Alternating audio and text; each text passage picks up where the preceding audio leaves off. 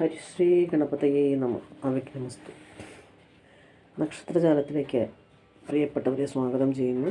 നമുക്കിന്ന് ഉത്രം നക്ഷത്രത്തിൽ പിറന്നവരുടെ പൊതുവായിട്ടുള്ള ഫലം, അവരുടെ പൊതുവായിട്ടുള്ള സ്വഭാവം എന്താണെന്ന് നോക്കാം.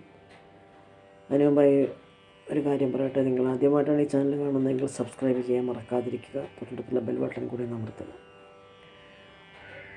ഓർമ്മശക്തി കൂടുതലുള്ളവരാണ് ഉത്രം നക്ഷത്രക്കാർ. ഈ നാളിൽ ജനിച്ചവർ വലിയ അഭിമാനികളും സൗന്ദര്യബോധമുള്ളവരുമാണ്.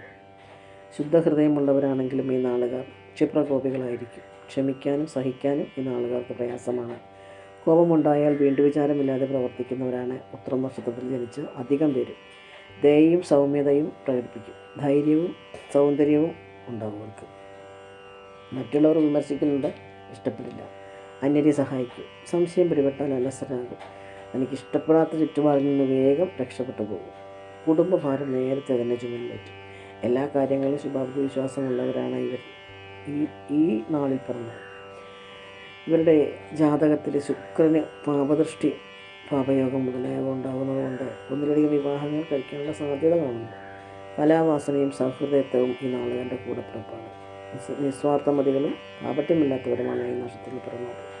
ഇവർ വിശ്വാസികളും സദാചാര നിഷ്ഠയും ഉള്ളവരായി കണ്ടുവരുന്നു. കലാസാഹിത്യ രംഗങ്ങളിൽ, അധ്യാപന രംഗങ്ങളിലും ഈ നാളുകാർ നന്നായി ശോഭിക്കുന്നതായി കണ്ടുവന്നു. അതായത് അങ്ങനെയാണ് കണ്ടുവരുന്നത്.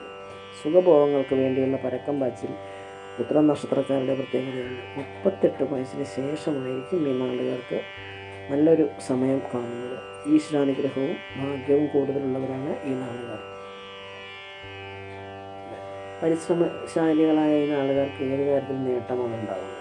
പിന്നെ ഈ നക്ഷത്രത്തിൽ ജനിച്ച സ്ത്രീകൾ കുടുംബഭരണത്തിൽ നല്ല പ്രാപ്തിയുള്ളവരായിരിക്കും. ഈശ്വരചിന്തയും സദ്ഗുണങ്ങളും ഒത്തുചേർന്ന ഇവരുടെ കുടുംബജീവിതം സംതൃപ്തി നിറഞ്ഞതായിരിക്കും. ശ്വാസകോശ സംബന്ധമായ രോഗങ്ങളും ഉദര രോഗങ്ങളും ഈ നാളിൽ പിറന്ന സ്ത്രീകളെ നിരന്തരം അലട്ടിക്കൊണ്ടിരിക്കും.